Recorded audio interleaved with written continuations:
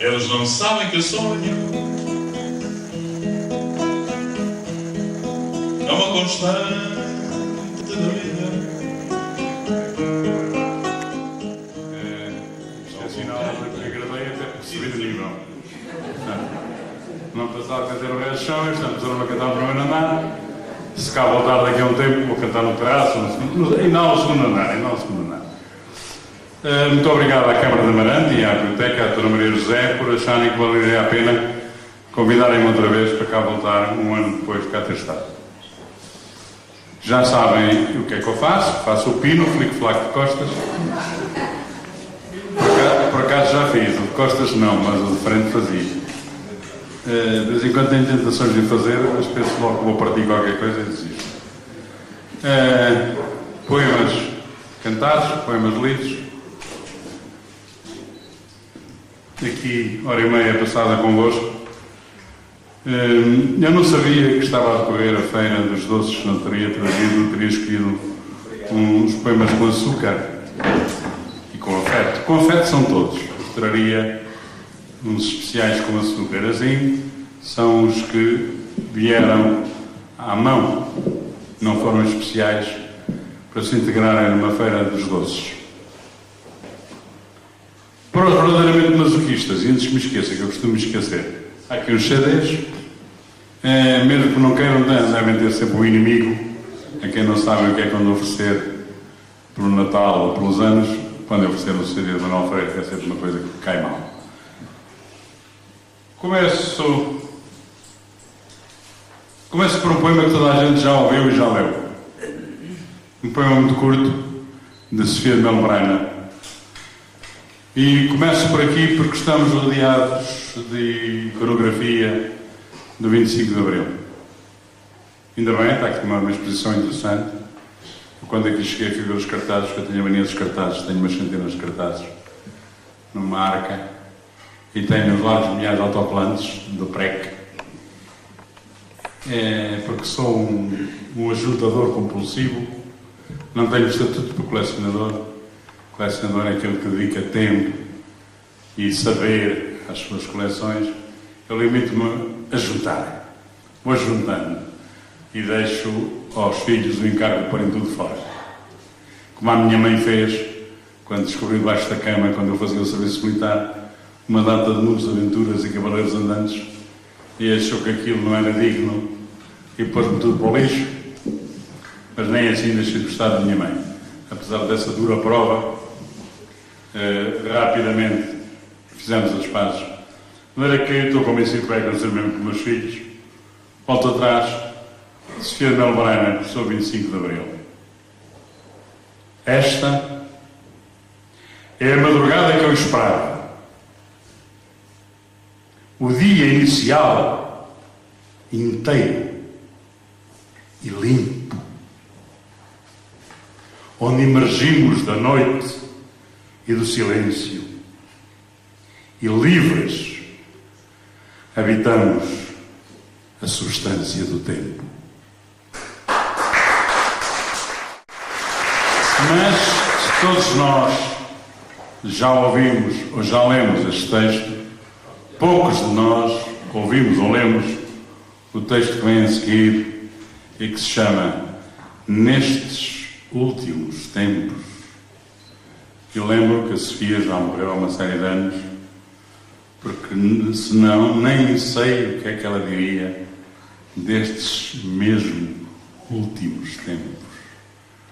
Mas mesmo assim ela escreveu: nestes últimos tempos, é certo, a esquerda fez erros.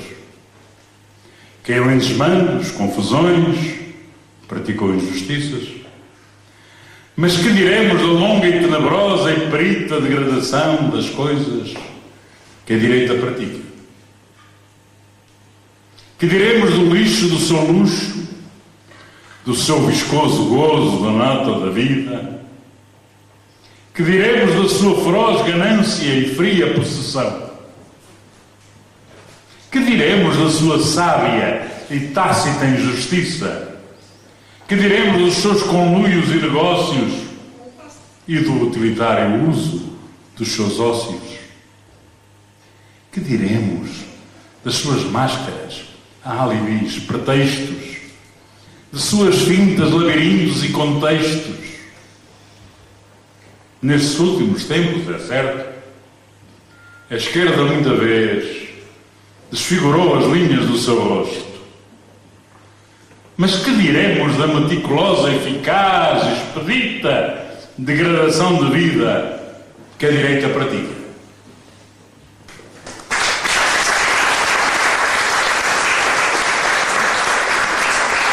É interessante, podia-se pensar que foi um radical da extrema-esquerda que escreveu esses versos, depois de ouvir o nosso primeiro-ministro, hoje à tarde, dizer que se o Tribunal Constitucional não aprovar algumas das medidas, que vai ter que aumentar os impostos.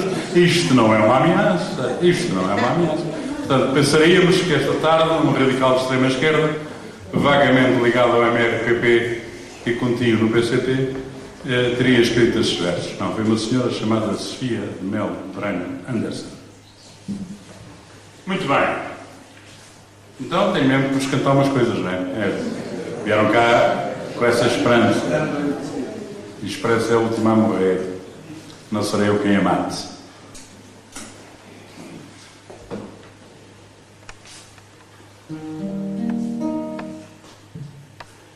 Eu não sei se vai haver desequilíbrio entre a voz e a guitarra, porque a voz estava feita quando eu cá cheguei, fui eu que liguei a guitarra.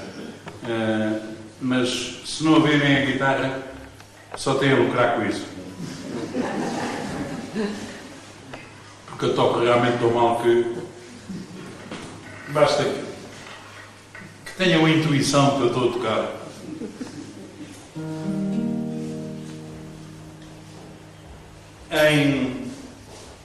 Eu lamento, mas sou mesmo assim.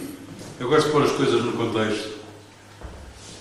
Em 1900 e...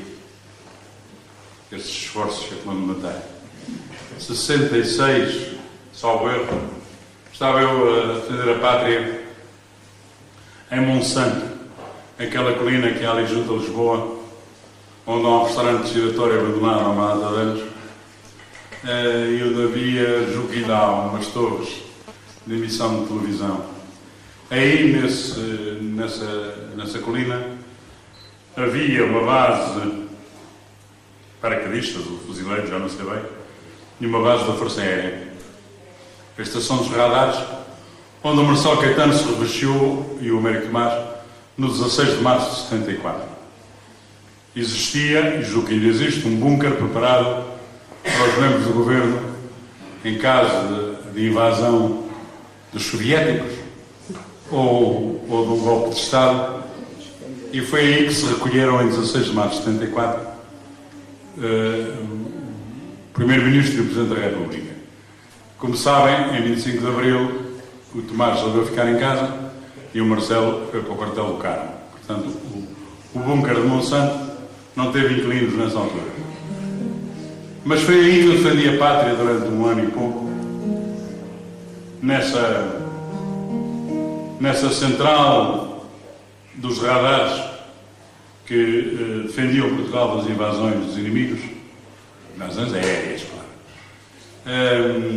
E foi aí que eu descobri um livro já policopiado. O exemplar que me chegou às mãos já não era aquele que tinha saído das prensas das bigornas. Ah, não, isso é outra cantiga. Das prensas das bigornas, das aradas, das foices, das aradas, das charruas. Isto anda tudo. Há muito curto-circuito aqui. Não, era um exemplar policopiado, um livro que foi absolutamente decisivo para mim. Chamava-se A Praça da Canção e tinha como autor um senhor chamado Menão Alegre. A esse livro eu roubei versos, com esses versos cantigas, e desse exemplar pirata fiz uma edição de 100 exemplares piratas. E é desse livro este texto que está no meu primeiro disco, os objetos redondos, feitos de material chamado vinil, quando caíam no chão partiam-se todos. Hoje o CD é muito mais resistente, cai no chão, normalmente não parte. E então, se for o cartãozinho de memória, até o podemos calcar, continuamos a ouvir as músicas da mesma. Eu já perdi, já não consigo acompanhar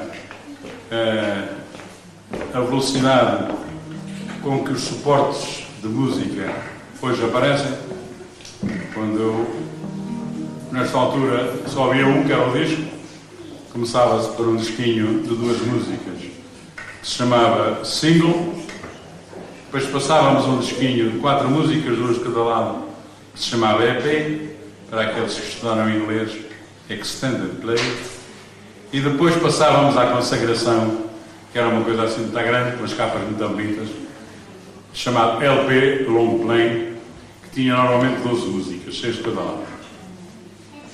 No meu primeiro EP, o tal de 4 músicas, é esta cantiga, feita a partir de um poema de Manuel Leite. Em trovador me tornei, se a voz do povo me chama, eu com ela cantarei. Em trovador me tornei, ao dobrar a Taprobana destes caminhos que andei, do sangue se faz a trova da vida que se renova por 1000 mortes renascida. Do sangue se faz a trova, trova que é gosto da vida, que junto à morte se prova. Deixei a paz destes rios, com o meu povo eu embarquei e fui à guerra e voltei. Ah, triste paz destes rios, de minha pátria não sei, perdeu-se em velhos navios. Já vi homens que morriam por qualquer coisa que amavam. Já vi homens que cantavam e assim cantando morriam. Já vi homens que matavam por razões que não sabiam. Vi grandes senhores e gente que não tem nenhum favor. Vi sempre o fardo da dor às costas da pobre gente. Nem minha trova dá flor, se tal mundo se consente. Não venho matar o rei, nem eu sou nenhum buiça, com trovas entre uma liça. Não tenho as armas do rei, canto a favor da justiça. Quem trovador me tornei, quem trovador me tornei.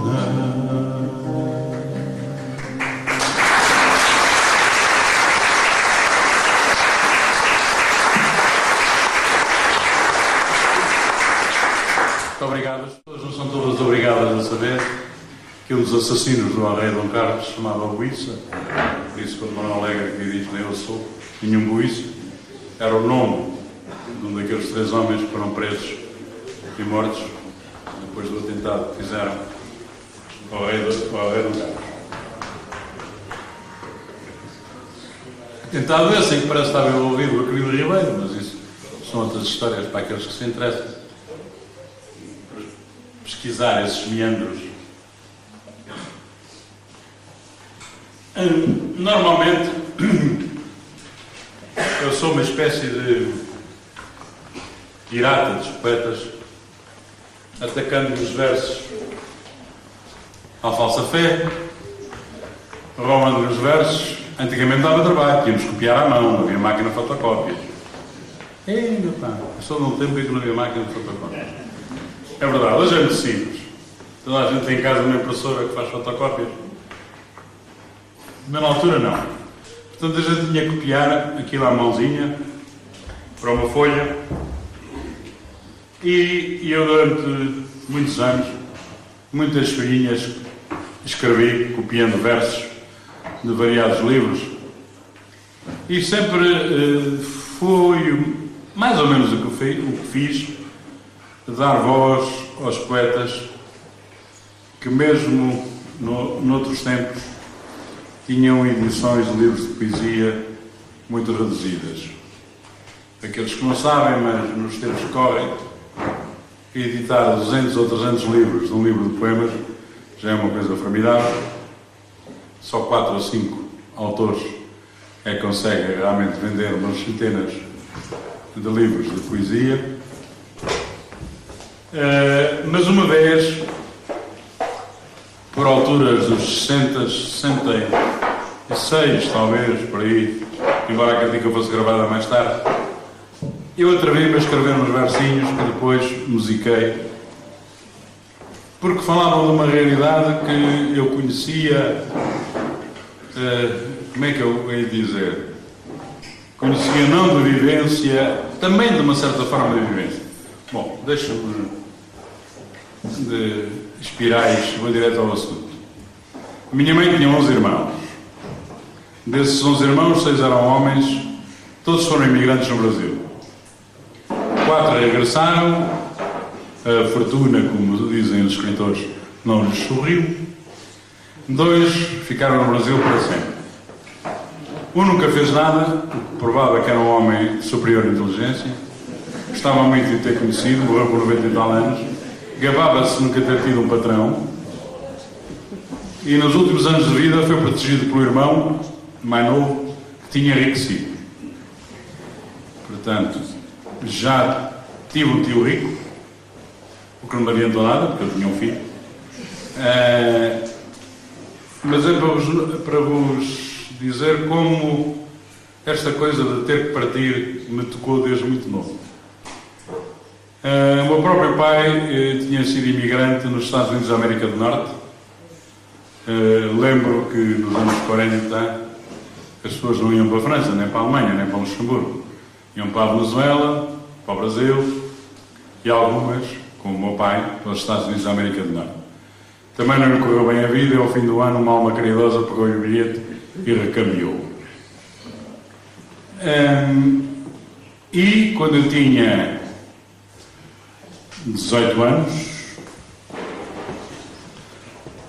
os meus amigos tinham quase todos ou um pai, ou um tio, um irmão, um primo, um padrinho, que ou estava em França, ou na Alemanha, ou no Luxemburgo, ou a pensar em ir para a França, para a Alemanha ou para o Luxemburgo.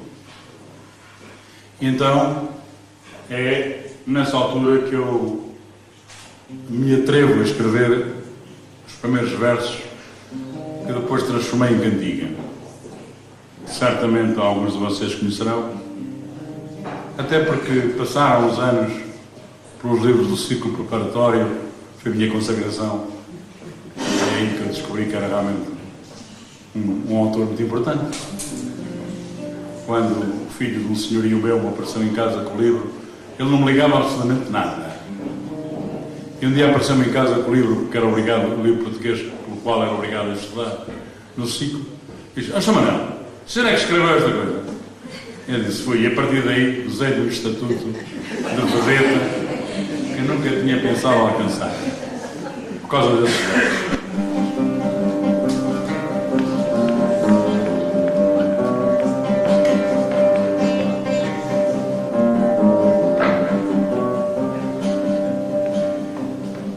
Eles que partem, novos e velhos, buscar a sorte noutras paragens, noutras aragens, entre outros povos.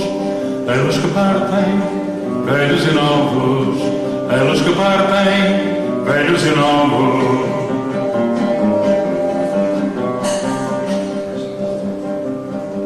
Eles que partem, de olhos molhados, coração triste, a saca às costas, esperança sem risco, sonhos doirados. Eles que partem, de olhos molhados, eles que partem, de olhos molhados.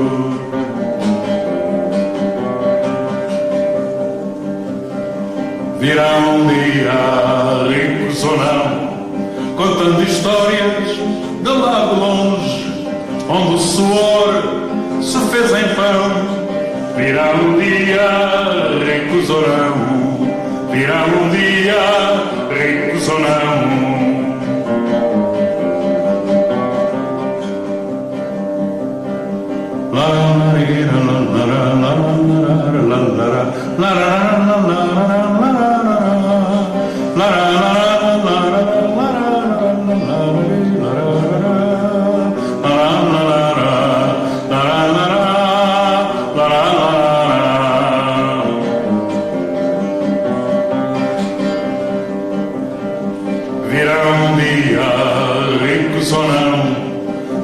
Histórias de lá de longe, onde o suor se fez em pão. Virá um dia, ricos ou não, virá um dia ou não.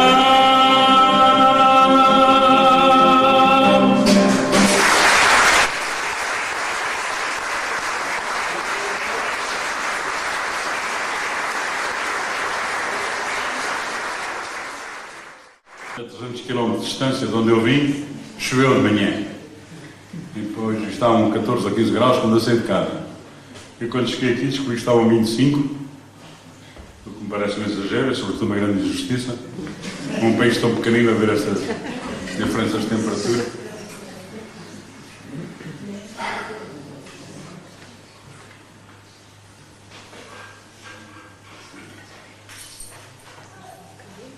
Pois, isto vai ser mesmo isto. É um poema grande, mas tem a ver ainda e sempre com esta iconografia do 25 de Abril e com estas coisas que todos nós conhecemos, e depois do adeus, a primeira senha na noite de 24 de Abril de 74, na bela canção de José Nízia, José Calvário, na voz de Paulo Carvalho. Depois, perto da meia-noite, a Grândola, como sabem, teria sido escolhida como senha no Coliseu dos Recreios no dia 29 de março de 74, porque entre muitas canções mandadas para a censura para esse espetáculo, e curiosamente eu tenho a lista das canções aprovadas e proibidas, nessa noite tive o lampejo de gênio de pedir ao Adelino Gomes: dá-me uma cópia da lista das canções aprovadas e proibidas que o Palácio de Foz mandou, que era onde estava o Secretariado Nacional de Informação, que tutelava essa área. E, portanto, o Zeca, que tinha uma data de cantigas proibidas,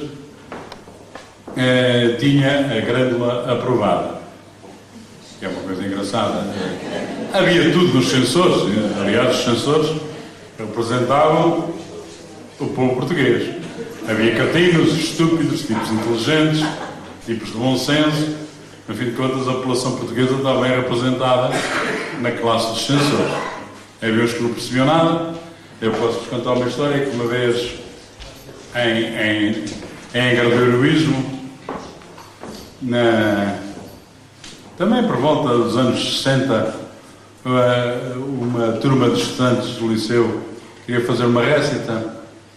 Entre eles estavam 3 colegas que davam por nome, eu começo com o mais conhecido, Carlos Alberto Muniz, toda a gente conhece. Depois estava um que outros conhecem, que se chamava Roberto Carneiro, que é Ministro de Educação, que andava também a estudar no mesmo liceu.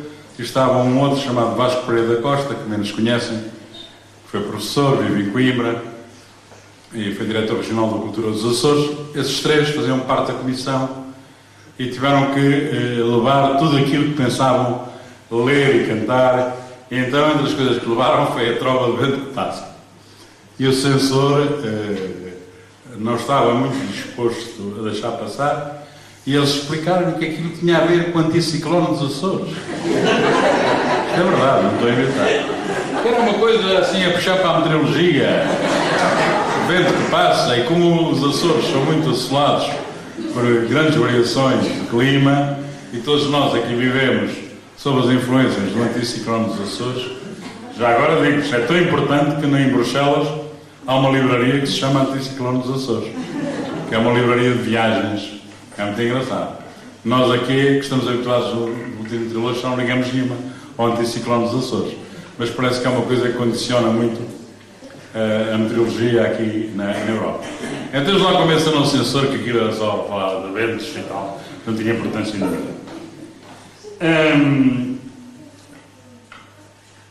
Já sei onde é que eu queria chegar, eu perco-me um bocado. Mas é normal, sou um ancião, vocês têm que ter alguma condescendência. Essa coisa da rádio e das senhas serem transmitidas pela rádio leva-me a ler-vos um texto que Manuel escreveu antes, muito antes disso, na Argélia certamente, e que se chama Poema Arma, e que diz assim: que o poema tenha rodas, motores, alavancas, que seja máquina, espetáculo, cinema, que diga à estátua: sai do caminho que atrabancas, que seja um autocarro em forma de poema, que o poema cante no cimo das chaminés, que se levante e faça opina em cada praça, que diga quem eu sou e quem tu és, que não seja só mais um que passa, que o poema esprema a gema do seu tema e seja apenas um teorema com 2 braços, que o poema invente um novo estratagema para escapar a quem lhe segue os passos, que o poema corra, salte, pulo, que seja pulga e faça cócegas ao burguês, que o poema se vista subversivo de ganga azul e vá explicar numa parede alguns porquês, que o poema se meta nos anúncios das cidades, que seja seta, sinalização, radar, que o poema cante em todas as idades, que lindo, no presente e no futuro, o verbo amar, que o poema seja microfone e fale, uma noite destas de repente às 3 e tal, para que a lua estoure e o sono instale e a gente acorde finalmente em Portugal. Que o poema seja encontro onde era despedida, que participe, comunique e destrua para sempre a distância entre a arte e a vida, que salte do papel para a página da rua, que seja experimentado muito mais que experimental, que tenha ideias, sim, mas também pernas. E até se partir uma não faz mal, antes de muletas que de asas eternas. Que o poema assalte esta desordem ordenada, que chega ao banco e grita: baixa a pança! Que faça ginástica militar aplicada e não vá como vão todos para a França. Que o poema fique e que ficando se aplique a não criar barriga, a não usar chinelos. Que o poema seja um novo infante Henrique voltado para dentro e sem castelos. Que o poema vista de domingo cada dia e atire foguetes para dentro do cotidiano. Que o poema vista a prosa de poesia ao menos uma vez em cada ano. Que o poema faça um poeta de cada funcionário já farto de funcionar. Cada novo acorde no Lusíada a saudade do novo, o desejo de achar. Que o poema diga o que é preciso, que chega disfarçado ao pé de ti e aponta a terra que tu pisas e eu piso, e que o poema diga: o longe é aqui.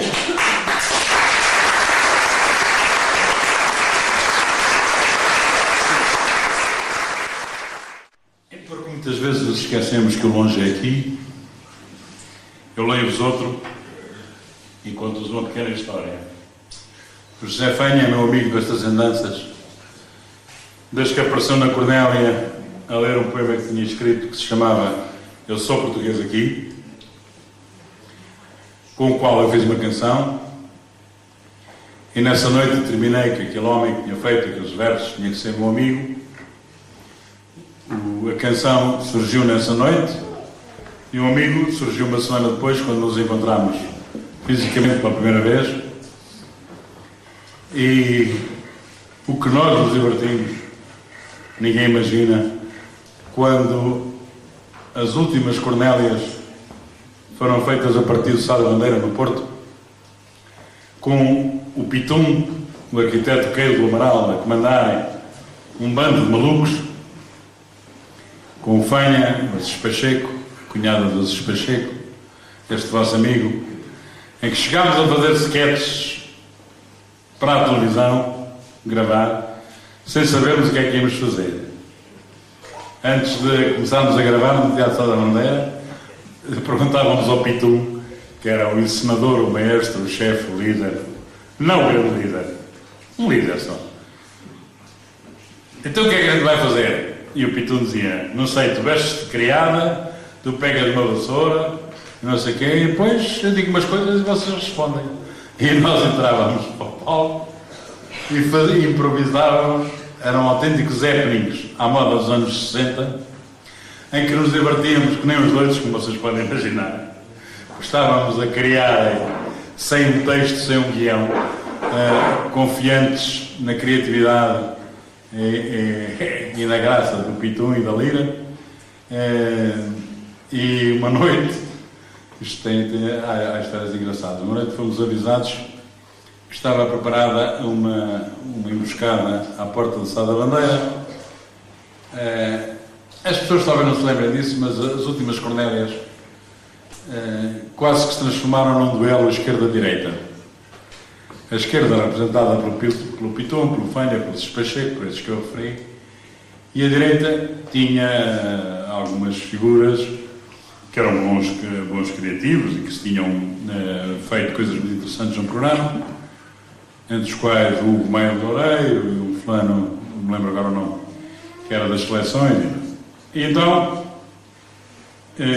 constou-nos que havia um grupo ligado mais ou menos à facção oposta, para simplificar, digamos, direita, que estaria à espera na rua, no fim, para nos assentar as costuras, como se costumava dizer.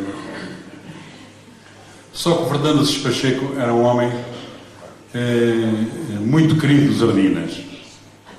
Não sei por carga d'água, a gente às vezes pensa que os Ardinas não liam jornais, mas os Ardinas antigamente também liam jornais.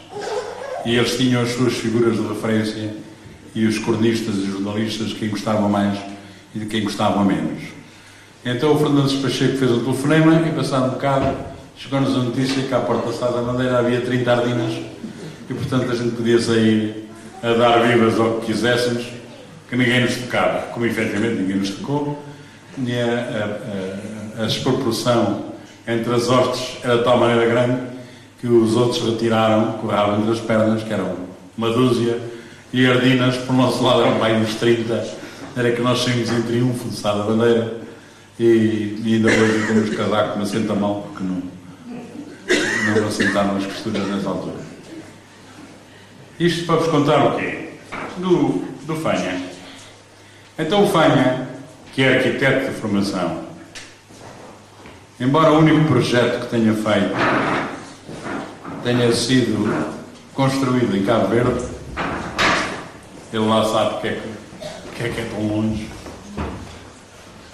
O Fanha, que é um grande divulgador da poesia, da literatura, como sabem, numas alturas de maior aperto, dava umas aulas noturnas daquelas matérias que um arquiteto pode dar. Educação visual, geometria descritiva, assim, essas coisas. E um dia, numa aula, teve um problema sério em explicar aos seus alunos o que eram linhas paralelas. Eu estou a olhar para as vossas caras e estou a ver alguma perplexidade. Linhas paralelas. Mas isso custa alguma coisa a explicar? Não,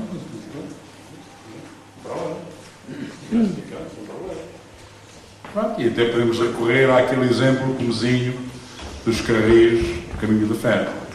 Há linhas paralelas, são aquelas coisas, os carris, aqueles ferros, quando roda o comboio. Primeira dúvida.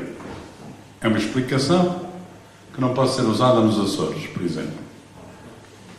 Portanto, temos que ser mais elaborados, se quisermos explicar nos Açores o que são linhas paralelas. Além disso, esta coisa nunca é tão simples como parece, porque a geometria, a matemática exigem uns conceitos que não estão ao alcance de todos nós. Querem sempre que se fale de infinito. Eu não sei se algum dos presentes aqui sabe o que é o infinito. Eu confesso, eu não sei, já tenho uma provecta idade. Provecta fica sempre bem nas escolas. Até porque algumas pessoas não sabem o que é que quer dizer. Provecta idade. Pois, então, eu confesso que com 72 anos não sei o que é isso de infinito. Mas, para explicar o que eram linhas paralelas, tinha que se falar em infinito. Bem, a verdade é que o José Fanha não conseguiu passar a mensagem na sua aula e veio para casa triste. E nessa noite escreveu um texto para tentar, na aula seguinte, procurar o sucesso que não tinha tido. Então escreveu o romance ingênuo de 2 linhas. 2, podiam ser 3 ou 4, não sabe. Neste caso eram só 2 para simplificar. Romance ingênuo de 2 linhas paralelas. E quando chegaram ao fim percebem porque é que isto tem a ver com o poema do Não Alegre que eu li há pouco. 2 linhas paralelas. Muito paralelamente. Iam passando entre estrelas, fazendo o que estava escrito, caminhando eternamente, de infinito a infinito. Seguiam-se a passo e passo, exatas e sempre a par. Pois só no ponto do espaço que ninguém sabe onde é, se poderiam encontrar, falar e até tomar café. Mas farta de andar sozinha, uma delas, certo dia, voltou-se para a outra linha, sorriu-lhe e disse-lhe assim: deixa lá a geometria, anda aqui para o pé de mim. Diz a outra: nem pensar, mas que falta de respeito. Se quisermos lá chegar, temos de ir devagarinho, andando sempre a direito, cada qual no seu caminho. Não se dando por achada, fica na sua, a primeira, e sorrindo, a malandrada, pela calada e sem um grito, deita a mãozinha matreira, puxa para si o infinito. E com ele ali à frente, as 2, a murmurar, olharam-se docemente e, sem fazerem perguntas, puseram-se a namorar. Seguiram as 2 juntas. Assim, nestas poucas linhas, fica uma história banal, com linhas e entre linhas, e uma moral convergente. É que o infinito, afinal, quando a gente quer, fica aqui, ao pé da gente. Eu não sei se os meus amigos acreditam em seres extraterrestres. Eu acredito que conheci um. E só algumas dúvidas tinha, à medida que fui conhecendo essa pessoa, fui-as perdendo, e hoje estou absolutamente convencido que aquele homem não era deste planeta. De batismo chamava-se Rómulo de Carvalho. Embora a maior parte das pessoas tivesse ficado a conhecê-lo pelo pseudónimo que ele escolheu, de António Julião. Este homem, devia estar aqui uma hora a falar dele, fez uma primeira quadra quando tinha 4 ou 5 anos, muito engraçado, sobre aquela pequena diferença, às vezes é grande, mas naquele caso era pequena, que distinguia um rapazinho de uma menina. E com 7 ou 8 anos começou a escrever a continuação dos Lusíadas. É verdade. Ele, com 7 ou 8 anos, já tinha lido os Lusíadas e achava que os Lusíadas tinham acabado prematuramente. Havia ainda muita história de Portugal para contar. E porque é que o Camões não fez mais, rapaz? É pá, porque morreu, tinha outras preocupações, sei lá. Eu vou continuar. E começou a escrever a continuação dos Lusíadas. Ele, aliás, na escola, ensinava, com 8 anos, ensinava os miúdos da primeira e da segunda classe, porque aquilo para ele era uma supina chatice. Repararam? Supina, da palavra bonita. Temos que salvar umas palavras que estão em vias de extinção.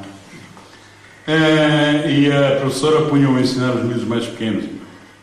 Bom, mas a verdade é que durante muitos anos ninguém lhe conheceu habilidades poéticas. Estudou, licenciou-se, fisicoquímicas, tornou-se autor de compêndios pelos quais planos como eu estudaram no liceu.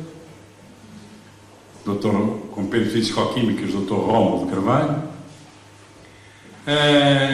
Tornou-se metodólogo, inventou uns métodos muito interessantes para explicar algumas leis da física nos laboratórios e depois, pelo meio, ia fazendo assim umas coisas, grandes trabalhos de investigação, publicou sobre as máquinas fotográficas, por exemplo, explicar como é que funcionava uma máquina fotográfica, sobre os mais leves que o ar, os aeróstatos, tem uma coleção de livrinhos giríssima sobre essas coisas aparentemente simples, mas que muita gente ainda hoje não sabe como é que funciona. E aos 50 e tal anos, 50 e poucos, entrou em casa. A sua segunda mulher, ainda viva, é escritora e professora do liceu também, dá pelo nome de Natália Nunes. E ele entrou em casa com um livrinho debaixo do braço e disse à mulher: olha, fui à baixa e recomendaram-me este livro que eu comprei, vim a ler no elétrico. Isto é muito interessante, não sei quem é este fulano, mas tem umas coisas com piada. Era um livro chamado Linhas de Força, assinado por um autor chamado António Gedeão, que a família não fazia a mínima ideia quem fosse. Isto é verdade. Ele atirou o livro displicentemente para cima de uma mesa e nunca mais ligou. A mulher, quando teve um bocadinho vago nas tarefas domésticas, aquela coisa que persegue sempre as mulheres, hoje menos, mas antigamente perseguia com grande intensidade as mulheres, fazer o almoço, o jantar, levar a louça, pôr a mesa, enfim. Tomar conta dos filhos não, porque os filhos já eram relativamente crescidos nessa altura. O Rómulo de Carvalho tinha um filho do primeiro casamento, que é cientista, está reformado, e curiosamente uma filha do segundo casamento, que é escritora, também está reformada. Trabalhou muitos anos na TAP, mas já publicou uma série de livros. Bom, então a mulher, quando teve, a Natália Nunes, quando teve um bocadinho, pegou no livro, começou a ler e já não largou o livro. E quando o filho chegou a casa, disse: olha, o teu pai trouxe aqui uma coisa, pá, sabes-te falar deste nome, António Gedeão? Eu falei: não, isso não diz nada. Mas olha que é um poeta muito interessante, muito interessante. Então, pôs-se a família toda e ele fazia de conta que não era nada com ele. Pôs-se a família toda a elogiar aqueles versos, até que ele ganhou coragem e confessou à família que o António Gedeão era ele. Era ele. Isto a tosse vai-se repetir várias vezes quando há um mês e tal com tosse. Pronto, e a partir daí a família descobriu que aquele homem não só preparava trabalhos para as aulas, não só escrevia novelas, romances, não só fazia histórias de Portugal em banda desenhada para dar ao filho uma outra versão da história de Portugal diferente da versão escolar, isto é verdade, está editado pela Gulbenkian, não só pesquisava toda a poesia de cariz social, desde os primórdios da nacionalidade até aos anos em que ele viveu, está publicado pela Gulbenkian, portanto, não são obras mínimas nem comezinhas, são coisas importantes. Um homem que, quando viajava, fazia as suas fotografias, como qualquer um de nós, só que ele fazia com uma grande qualidade, e a maior parte de nós faz umas coisas. E hoje, com as digitais, então, é sempre a dar-lhe. Nem se paga os filmes. Ele fazia fotografias excelentes, que legendava com uma caligrafia única, sempre com uma nota de finíssima ironia, em que ele era um grande especialista. E escreveu, por exemplo, um texto, uma peça de teatro, que se chama Breve História da Lua, para explicar aos mais pequenos como é que é isso do Sol e da Lua e das estrelas e da Terra andarem todos à volta uns dos outros. Aqueles que são professores e que têm filhos em idade ainda não perceberam muito bem estas coisas, eu recomendo vivamente A Breve História da Lua, que é um livro fascinante, que explica como é que a Lua anda à volta da Terra e a Terra e a Lua andamos à volta do Sol, e há mais uma de coisas que andam à volta umas das outras, e nada disto se estampa uns contra os outros. Bom, é por isso que eu digo que aquele homem não era deste planeta. Aterrou aqui, fez tanta coisa tão bem feita que me levou à convicção de que ou era um homem da Renascença e viajou no tempo, o que também é uma hipótese a considerar. Na Renascença havia seus planos que faziam tudo, não é? O exemplo é aquele Leonardo da Vinci, não é? Que fazia tudo bem também. Ou então é realmente de um planeta qualquer, uma galáxia qualquer que a gente ainda nem descobriu e que veio cá ver como é que a gente se comportava, ele resolveu dar-nos uma ajuda. Este homem foi sempre muito discreto do ponto de vista político e interventivo, socialmente. Um homem muito discreto. Dava as suas aulas, que era a sua função, e dava-as da melhor maneira que sabia e podia. Mas, não estou-me a alongar, mas desculpem lá. Em 1961, a maior parte de vocês não sabe porque não eram nascidos, ou não sabe porque já se esqueceu o que é normal. Mas 61 foi um ano mau para Portugal, para o governo de Portugal. Em 1961, Portugal foi expulso da União Indiana. Tínhamos lá 3 quintais que se chamavam Goa, Damão e Dio, e mais 2 bocadinhos de jardim que se chamavam Dadra e Nagaraveli. Faço uma pausa a propósito para vos impressionar com a minha sabedoria. Em 1961 começou a guerra em Angola. A UPA, União dos Povos de Angola, cometeu os primeiros assassinatos e fez os primeiros golpes de guerrilha. Em 1961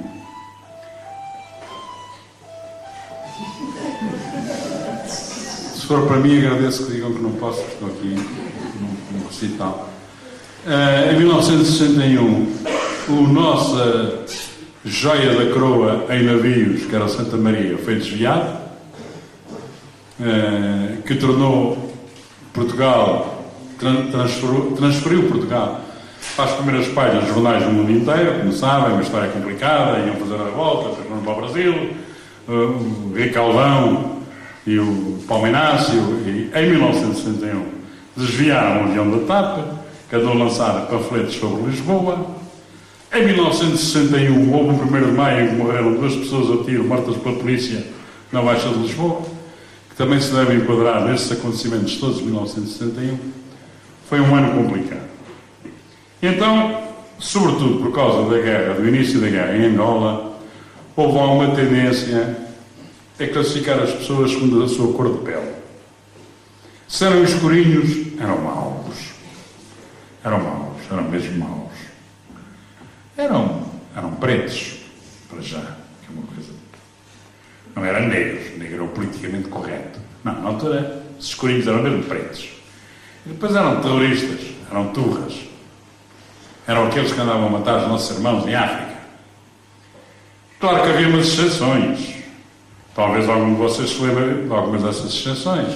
Davam por nome de Matateu, Coluna, Eusébio, e desde que metessem golos, eram tão brancos como nós. A gente nem dava porque eles fossem mais escurinhos. Era preciso que eles metessem golos e as suas equipas triunfassem.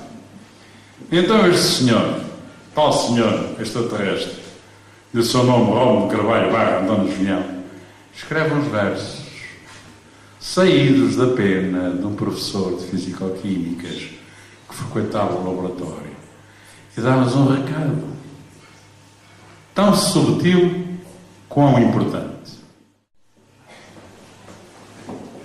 sobre uma coisa tão simples como pode ser uma lágrima de preta.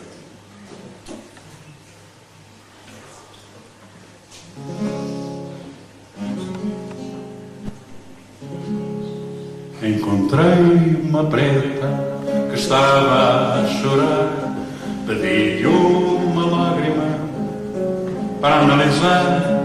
Encontrei uma preta que estava a chorar, pedi-lhe uma lágrima para analisar. Acolhi a lágrima com todo cuidado num tubo de ensaio bem esterilizado.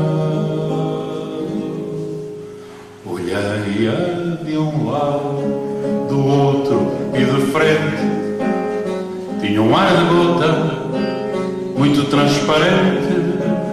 Olhei-a de um lado, do outro e de frente. Tinha um ar de gota muito transparente. Mandei vir os ácidos, as bases e os sais, as drogas usadas em casos que tais. Ensaiei a frio, experimentei ao lume. De todas as vezes deu-me o que é costume. Ensaiei a frio, experimentei ao lume. De todas as vezes deu-me o que é costume. Nem sinais de negro, nem vestígios de ódio. Água, quase tudo. E cloreto de sódio.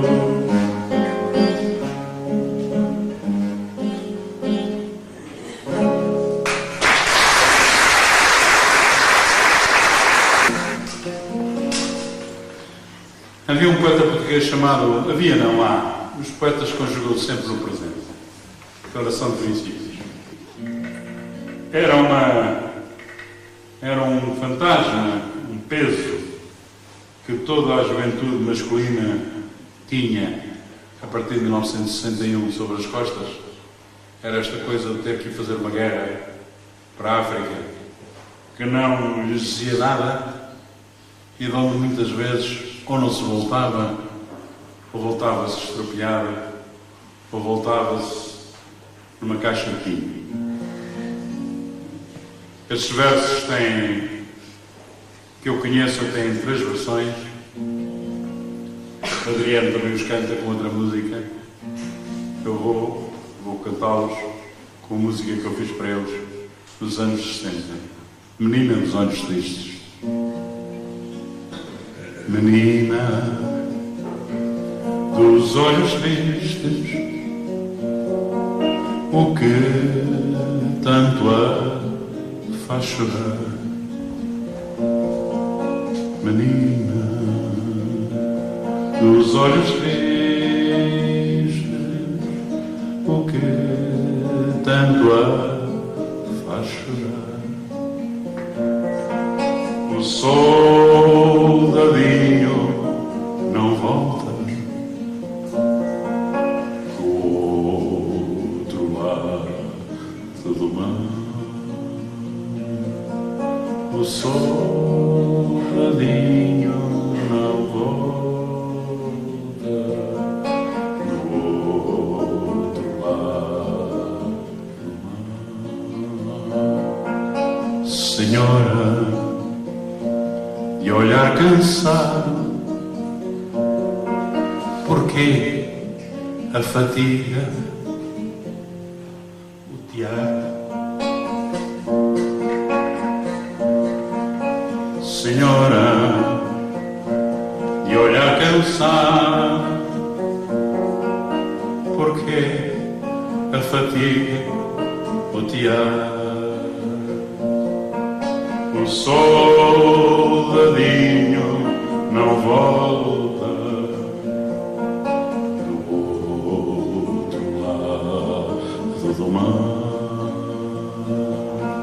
O soldadinho não volta do outro lado do mar. Olha, Senhor pensativo, não deixe o seu cachimbo apagar. Olha, Senhor pensativo, não deixe o seu cachimbo apagar. O soldadinho não volta do outro lado do mar.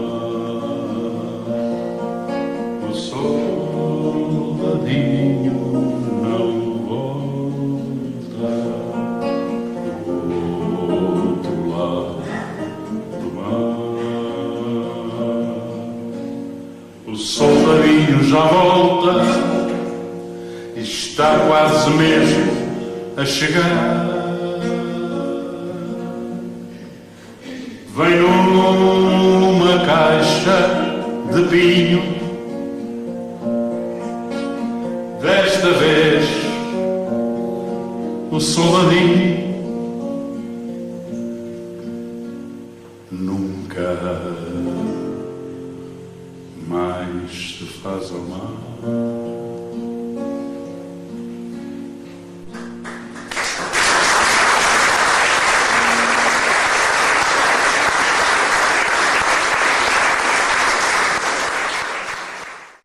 Volta nisto porque é merecida. Morreu há dias uma figura controversa da nossa cultura, Vasco Graça Moura.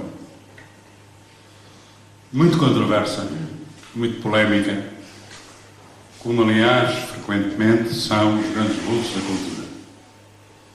Um grande poeta, não tenho habilitações nem equivalências para ajuizar da qualidade das suas traduções, sejam elas do Petrarca ou do Shakespeare.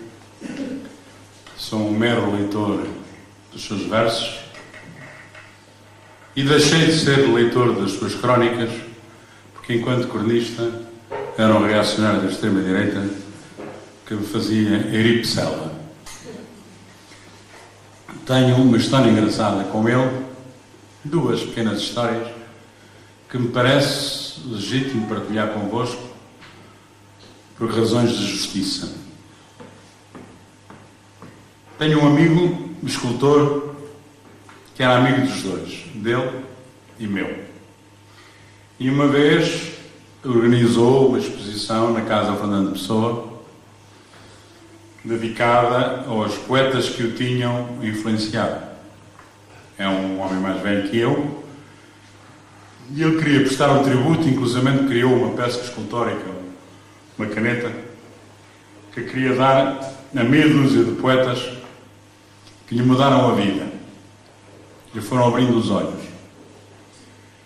Era o Pedro Taman, era o Manuel Alegre, era o Lagoa Henriques, que era um homem que fazia versos, muita gente não sabe, dava sempre um livrinho daqueles de merceeiro, daqueles assim compridos, lembram-se, estreitos, onde apontava, onde escreveu os seus versos.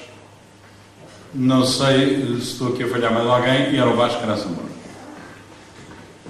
E no dia da abertura da exposição, ele queria que se fizesse um pequeno recital de poemas destes poetas. E recorreu a duas pessoas amigas, que ele sabia que mais ou menos, uma muito bem e outra que sou eu, assim, se desenrascavam a dizer versos. A Maria do Céu Guerra e este vosso amigo. E tivemos uma reunião em Lisboa para dividir os poetas. Tu lês Manuel Alegre, tu lês Pedro Taman, não sei quem. E eu não queria ler o Vasco Graça Moura, de maneira nenhuma. Embora lhe reconhecesse a qualidade poética. Mas por uma questão de prurido ideológico, de esquerda, se quiserem, chamem-lhe o que quiserem, eu não queria ler Vasco Graça Moura. Porque tinha lido N crónicas dele no Diário de Notícias e achava aquilo horroroso. Um homem culto, inteligente, que defende a pena de morte no século XXI. um homem culto, inteligente, que é mais cavaquista que o próprio Aníbal Cavaco Silva. Isto para mim eram contrassensos intransponíveis. Mas só que, antes de eu abrir a boca para falar, a Maria do Céu Guerra disse: vais chegar a Moura só por cima do meu cadáver. Não leio e não leio. E ficámos no impasse. Éramos os dois, tínhamos que ler poemas, e nenhum de nós queria ler, mas eu não fui tão enfático quanto a Maria do Céu. E então eu disse: ó Zé, era um bom amigo escultor, eu vou fazer uma pesquisa, tu podes contribuir para essa pesquisa mandando-me alguns poemas que tu gostarias que eu lesse, eu vou ver os livros que tenho e vou arranjar mais alguns, mas há uma condição prévia. Eu tenho que falar com o senhor e tenho que lhe dizer que só vou ler os versos por ti e não por ele, porque senão não me sinto bem com a minha consciência. E ele disse: então, mas isso é fácil, eu dou muito bem com ele, isso vai ser possível. Bom, lá escolhemos, eu e ele, uns 5 ou 6 poemas, e no dia aprazado, não tinha sido possível conversarmos antes, as primeiras pessoas a chegar foi o Zé, o escultor, eu, e logo a seguir o Vasco Graça Moura, que tinha que ir para o Estoril depois para uma coisa, portanto chegou primeiro. Cumprimentou-me muito afavelmente, nunca nos tínhamos visto, muito simpaticamente. Eu pedi para ele se afastar assim para o vão de uma janela. Ele disse: escultor, olha, uma coisa que eu tenho que lhe dizer, isto é um bocado parvoíce, é a primeira vez que nós nos enfrentamos, assim, cara a cara, mas o senhor é um bocado o Dr. Jekyll e Mr. Hyde para mim, o médico, o monstro, porque enquanto poeta eu só tenho a dizer bem da sua poesia. Acho que o senhor domina as palavras de uma forma extraordinária. Enquanto prosador e cronista de jornal, é das coisas mais reacionárias que eu li até hoje. A primeira reação dele foi dar uma grande gargalhada. Ele diz: então porque é que lê as crónicas de jornal? E eu digo: tenho sempre esperança que um dia o senhor inverta caminho. Enfim. E porquê é que o senhor é tão cavaquista? Perguntei-lhe eu. Ele continuou a rir-se e disse: sabe que isso só me tem trazido inimigos no PSD. Onde eu tenho mais inimigos é no PSD, que não percebem nem uma coisa nem outra. Não percebem porque é que eu sou tão cavaquista e não percebem porque é que eu sou tão de extrema-direita quando escrevo umas crónicas para o Diário de Notícias. Mas faça-me um favor, a partir de agora, não leia as minhas crónicas do Diário de Notícias. Leia os meus poemas de vez em quando, porque se realmente gosta, esqueça essa outra parte da minha personalidade, porque eu não lhe levo a mal, fico até muito contente por ter tido essa franqueza, que nunca ninguém teve comigo, e depois disse-me umas coisas interessantes, que eu me cuido de vos dizer. Era um homem que sabia bem o que é que eu tinha feito ao longo da minha vida, no que diz respeito às cantigas, mas a verdade é que eu fiquei, para já, com uma ideia: este homem é um gentleman. Pode ser tudo, pode ser um reaça, mas é um gentleman, é um homem extremamente bem educado. Pouco tempo depois enfrentei-o numas eleições. E eram complicadas essas eleições. E ele estava do lado do poder, era candidato a presidente de uma direção, e eu era candidato a presidente dessa mesma direção, para uma outra lista, e a coisa era difícil. E então, no dia das eleições, ele cumprimentou-me muito afavelmente. E a certa altura, as eleições estavam a decorrer, ele fez-me um sinal discreto, chamou-me para um canto, estendeu-me a mão assim discretamente e disse: parabéns, desejo-lhe o melhor sucesso. Eu disse: doutor, mas o que é isso? Você já ganhou. E eu digo: mas como é que sabe que eu já ganhei? Porque eu combinei um sinal com o escrutinador, cada uma das listas tinha um escrutinador, que é normal, não é? Eu combinei um sinal com o meu escrutinador, ele já me fez o sinal, portanto eu sei que para nós é impossível ganhar. Portanto, você já ganhou, vai ter aqui um bico de obra, vai ter aqui muito trabalho, muita chatice, mas dou-lhe meus parabéns e digo-lhe uma coisa: sempre precisar de mim, estou ao seu dispor. Ele era deputado europeu e eu precisei dele muitas vezes e ele nunca se recusou e foi sempre de uma grande utilidade, de um grande cavalheirismo.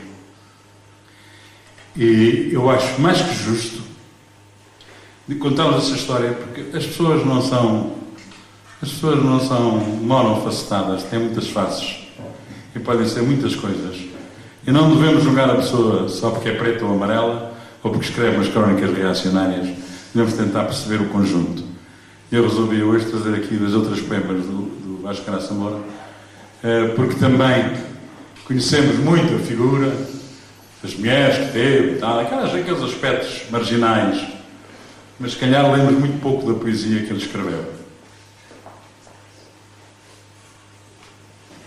Ele fez uma coisa muito engraçada, que é um livrinho que se chama Letras do Fado Vulgar.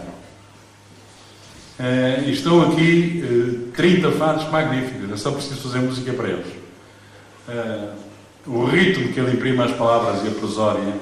Aliás, o António Lobo Antunes fez a mesma coisa, tem um livrinho também de poemas, mas esses já foram todos musicados pelo Vitorino. O Vitorino fez um disco só com esses textos do António Lobo Antunes.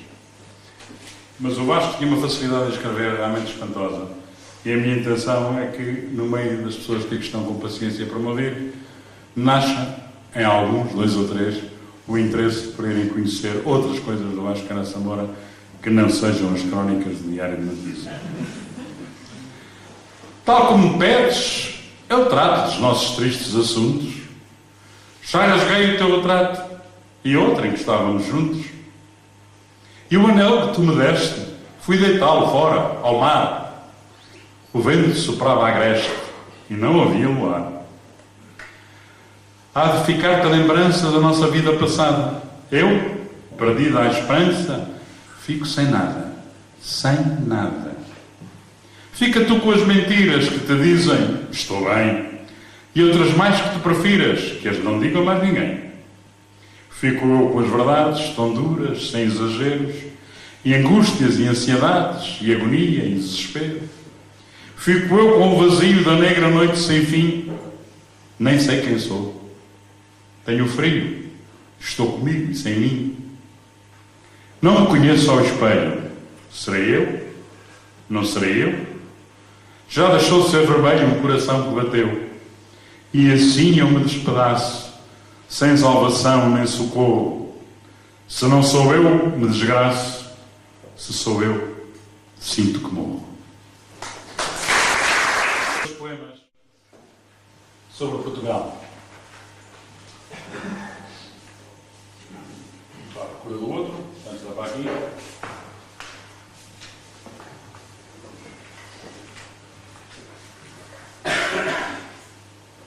O primeiro é de um poeta muito esquecido. Fala-se muito do nome dele, até porque tem um nome fora de comum. Alexandre O'Neill. Referências irlandesas, ressonâncias irlandesas. Mas muito pouca gente o leu. Ou o lê. Aliás, quem é que é lido hoje em dia? Uma boa pergunta, não é? Quem é que se lê? A gente quer um livro...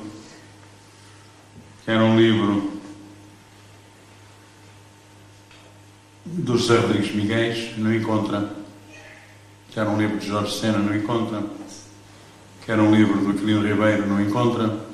O essa continua a ser encontrado. Mas eu, por exemplo, que gosto muito de Camilo, tenho que o comprar nas feiras de velharias. Ando sempre à cata dos Camilos que aparecem nas feiras de velharias, porque se for a uma livraria e pedir Camilo, talvez tenha um amor de perdição, que não sei se ainda é obrigatório no ensino, já não é. Pronto, vamos lá ao poema do Alexandre O'Neill. Portugal, se fosse só 3 sílabas, linda vista para o mar, Minho Verde, Algarve de Cal, Jerico rapando o espinhaço da terra, surdo e miudinho, moinho, abraços com o vento, testarudo mas embolado e afinal amigo. Se fosse só o sal, o sol, o sul, o lavino pardal, o manso boi coloquial, a rechinante sardinha, a desancada varina, o plumitivo ladrilhado de lindos adjetivos, a muda queixa amendoada de uns olhos pestanítidos. Se fosse só a cega rega do estio, dos estilos, o fulgente cão asmático das praias, o grilo engaiolado, a grila no lábio, o calendário na parede, o emblema na lapela. Portugal, se fosse só 3 sílabas de plástico, que era mais barato, doceiras de Amarante, barristas de Barcelos, rendeiros de Viana, toureiros da Golgã, não há papo de anjo que seja o meu derriço, galo que canta cores na minha prateleira, alvura arrendada para o meu devaneio, mandarilha que possa enfeitar-me o cachaço. Portugal, questão que eu tenho comigo mesmo, golpe até ao osso, fome sem entretém, perdigueiro marrado e sem narizes, sem perdizes, rocinho engraxado, feira que desmancha, meu remorso de todos nós.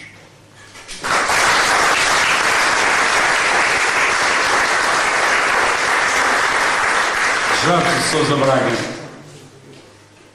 Portugal, eu tenho 22 anos. E tu às vezes fazes-me sentir como se tivesse, sei lá, 800. Que culpa tive eu que Dom Sebastião fosse combater os infiéis no norte da África só porque não podia combater a doença que atacava os órgãos genitais e nunca mais voltasse? Quase chego a pensar que é tudo mentira. Que o infante Dom Henrique foi uma invenção do Walt Disney e o Nuno Alves Pereira uma reles imitação do Príncipe Valente. Portugal, não imaginas o tesão que sinto quando ouço o hino nacional, que os meus igrejos avós me perdoem. Ontem, estive a jogar póquer com o velho do Restelo. Anda na consulta externa de Júlio de Matos. Deram-lhe uns eletrochoques, mas está a recuperar. À parte do facto de agora me tentar convencer que nos espera um futuro de rosas. Portugal, um dia fechei-me no Mosteiro dos Jerónimos a ver se contraía a febre do Império. A única coisa que consegui apanhar foi um resfriado. Virei a torre do tombo do avesso, sem lograr encontrar uma pétala que fosse das rosas que Gilianos trouxe do bujador. Portugal, eu, se tivesse dinheiro, comprava um império e dava-te. Juro que era capaz de fazer isso só para te ver sorrir. Portugal, vou contar-te uma coisa que nunca contei a ninguém. Sabes, estou loucamente apaixonado por ti. Pergunto a mim mesmo como me pude apaixonar por um velho decrépito e idiota como tu, mas que tem o coração doce, ainda mais doce que os pastéis de Tentugal, e o corpo cheio de pontos negros para poder espremer à minha vontade. Portugal, estás a ouvir? Eu nasci em 1957. Salazar estava no poder. Nada de sentimentos. O meu irmão esteve na guerra. Tenho amigos que emigraram. Nada de sentimentos. Um dia até bebi vinagre. Nem se vai.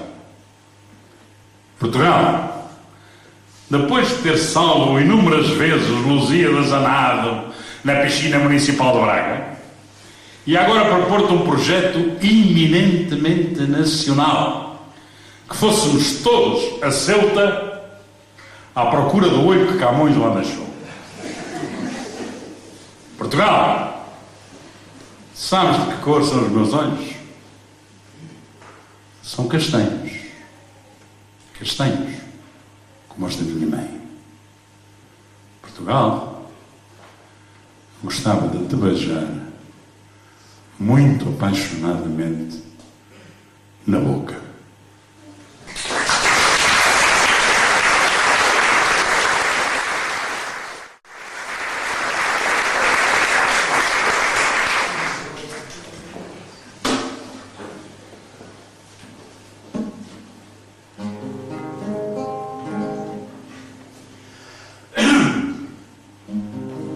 amigo José Fanha, um outro texto, nunca gravado,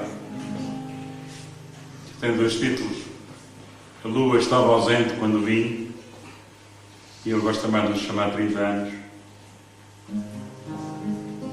Mas podemos considerar que quando ele tinha 30 anos, podia dizer que a lua estava ausente quando chegou. A lua estava ausente quando vim, no tempo das gaivotas sem regresso. Comigo trouxe fome de alecrim. Nem sou dono do sol, nem tenho preço. Sou filho de uma terra triste e morna, aonde a brisa é mansa, a vida dura. Tecido num tiar de vinho e sorna, traído numa febre de ternura. Tremi junto às muralhas da cidade, na Códia fui pardal a prestações. Morri mais de 1000 vezes de saudade, em frente, sempre em frente aos tropeções. Cresci como um chavalo sem lugar, parti pelos 4 pontos cardeais. De lutas e conquistas fiz o mar, na arena dos meus dedos animais. E agora trago a raiva à bandoleira, mastigo lentamente o calendário, dou corda a uma andorinha feiticeira e aqueço o coração incendiário. De dia desço à rua e subo ao céu, e vou com as mãos beber à beira-cais. À noite baixo à terra e sou ateu, e tudo pede menos ou demais. De dia desço à rua e subo ao céu, e vou com as mãos beber à beira-cais. À noite baixo à terra e sou ateu, e tudo mede menos ou demais.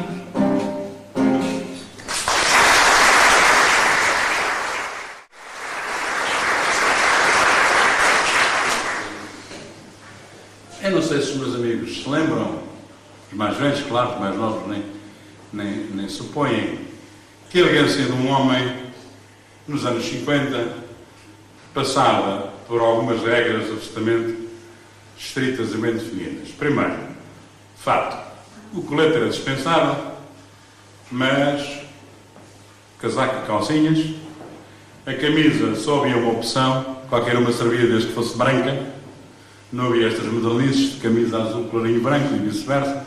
Não, a camisa era branca, ponto final. E escolhia-se uma gravatinha que condissesse com o fato. Podia-se escolher entre 1 ou 2 tipos de nós de gravata. Hoje há 400, vai-se à internet e procura-se. E depois havia um toque final e superior, que era um lenço de seda de cambraia, branco também, de preferência com as iniciais do portador bordadas, que se colocava de um modo muito especial no bolso exterior do casaco. Normalmente as famílias tinham uma tia, eu estou a falar por experiência própria, que procedia ao bordado. E depois era a minha mãe que sabia dobrar aquele lenço com 3 pontas para fora, que o punha no bolso exterior do casaco, e que me deixava sair à conquista do mundo, que eu me lembro nunca conquistei nada e eu nem tinha pretensões de conquistar o mundo. Qualquer miúda da minha idade já me faria feliz, mas nem isso me aconteceu e eu suponho que não foi por deficiência do lenço, nem da qualidade do bordado, nem da qualidade do tecido. Deve ter sido mesmo por inépcia minha. Agora, o que é importante é descobrir, muitos anos depois de eu ter usado esse lenço, descobrir que o José Saramago também tinha recordações desse lenço e que escreveu uns versos sobre esse lenço e as várias formas de jogo que esse lenço proporcionava. E eu, em 1989, quando fiz um disco só com poemas de Saramago musicados para mim, também lhe apanhei este texto, também o musiquei, vou-lo cantar. Trago no bolso do peito um lenço de seda fina, dobrado de certo jeito. Não sei quem tanto lhe ensina, não sei quem tanto lhe ensina, que quanto faz é bem feito, que quanto faz é bem feito. A cena nas despedidas, quando a voz já lá não chega, nas distâncias desmedidas, depois no bolso aconchega as saudades permitidas. Também o suor salgado às vezes enxuga medo que o lenço é mal empregado. E quando feria o dedo, pois quando feria o dedo, com ele o trouxe ligado, com ele o trouxe ligado. Nunca mais chegava ao fim, se as graças todas dissesse deste meu lenço e de mim. Mas uma coisa acontece de que não sei, porque sim.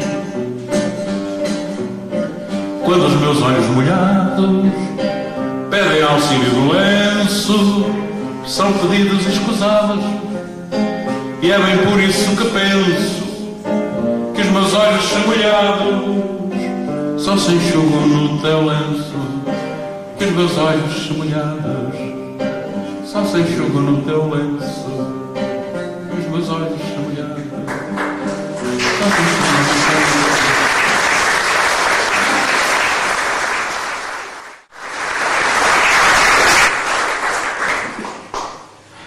Bem, estou aqui há hora e meia, isso não é? Não é para aprender com um homem de vida. Só se fala do amor sem mestre. Do amor. Do amor. Do amor. Este é o poema do amor. Do amor das fachadas dos prédios e dos recipientes de lixo. Do amor das galinhas, dos gatos e dos cães e de toda a espécie de bicho. Do amor. Do amor. Do amor. Este é o poema do amor. Do amor das soleiras das portas e das varandas que estão por cima dos muros das portas com begónias e abencas plantadas em tachos e terrinas. Do amor das janelas sem cortinas ou de cortinas sujas e tortas. Este é o poema do amor. Do amor das pedras brancas no passeio com pedrinhas pretas a enfeitá-lo para os olhos se entreterem, e as ervas teimosas a nascerem do prameio, e os homens de cócoras a raparem-nas e elas por outro lado a crescerem. Do amor das cadeiras cá fora em redor das mesas, com as chávenas de café em cima e o tolo de riscas encarnadas. Do amor das lojas abertas com muitos fregueses e freguesas a entrar e a sair, e as pessoas todas muito mal criadas. Este é o poema do amor. Do amor do sol e do luar, do frio e do calor, das árvores e do mar, da brisa e da tormenta, da chuva violenta, da luz e da cor. Do amor do ar que circula em vários caminhos e faz remoinhos e bate no rosto e fere e estimula. Do amor de ser distraído e pesar as pessoas graves. do amor de amar sem lei nem compromisso, do amor de olhar de um lado como fazem as aves, do amor de ir e voltar e tornar a ir, e ninguém ter nada a ver com isso. Do amor de tudo quanto é livre, de tudo quanto mexe e esbraceja, que salta, que voa, que vibra e lateja, das fitas ao vento, dos barcos pintados, das frutas, dos cromos, das caixas de tinta, dos supermercados. Este é o poema do amor. O poema que o poeta propositadamente escreveu só para falar de amor. De amor. De amor. De amor. Para repetir muitas vezes. Amor, amor, amor, amor. Para que um dia, quando o cérebro eletrónico contar as palavras que o poeta escreveu, tantos que, tantos se, tantos lhe, tantos tu, tantos ela, tantos eu, conclua que a palavra que o poeta mais vezes escreveu foi amor. Amor. Amor. Este é o poema do amor.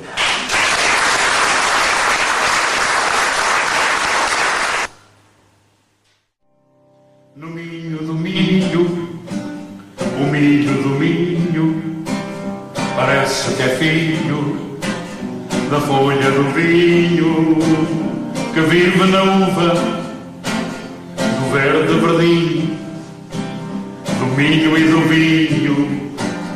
O verde do milho é filho da chuva.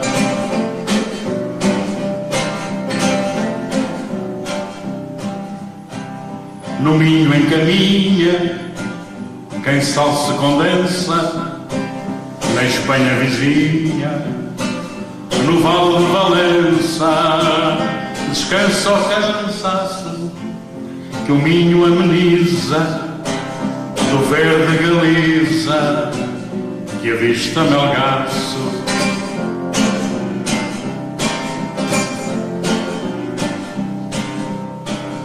No verde da vila, do nome com ela, no céu que destila nuvens de aquarela, na Serra Marão, num laivo de verão, e o sol no desnude, na água saúde que sai da monção.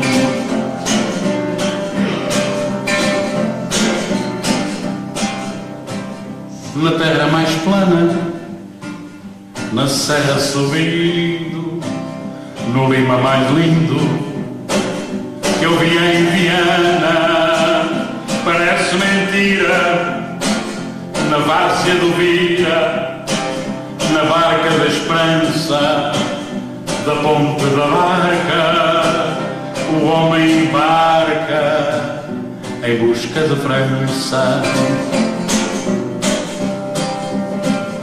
Em busca de França, em busca de França.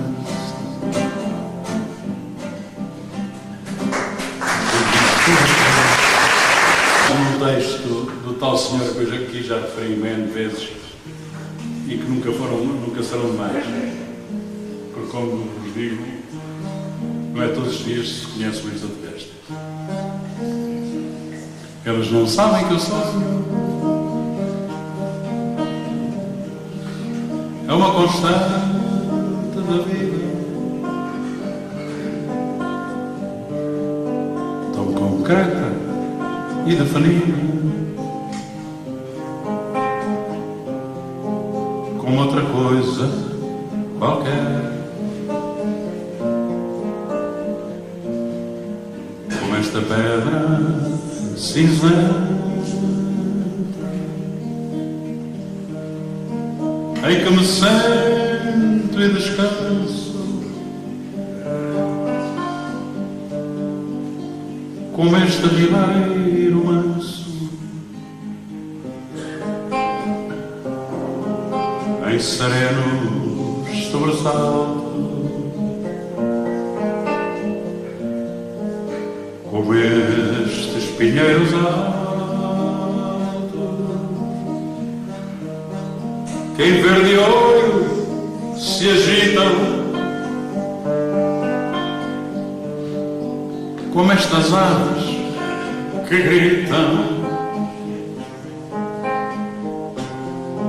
em bebedeiras de azul. Eles não sabem que o sonho é vinho, é espuma, é fermento, bichinho álacre e sedento, de focinho pontiagudo, num perpétuo movimento. Eles não sabem que o sonho é telecor, é pincel, base, fuste ou capitel, arco em ogiva, vitral, pináculo da catedral, contraponto, sinfonia, máscara grega e magia, quer torta de alquimista, mapa do mundo distante, rosa dos ventos infante, caravela quietista, que é cabo da boa esperança, oiro, canela e marfim, florete, espadachim, bastidor, passo de dança, colombina e arlequim, passarola voadora, para-raio, locomotiva, barco de proa festiva, autoforno, geradora, sistema de light, radar, ultrassom, televisão, desembarca em foguetão na superfície lunar, em bebedeiras de azul. Eles não sabem que o sonho é vinho, é espuma, é fermento, bichinho álacre e sedento, de focinho pontiagudo, num perpétuo movimento.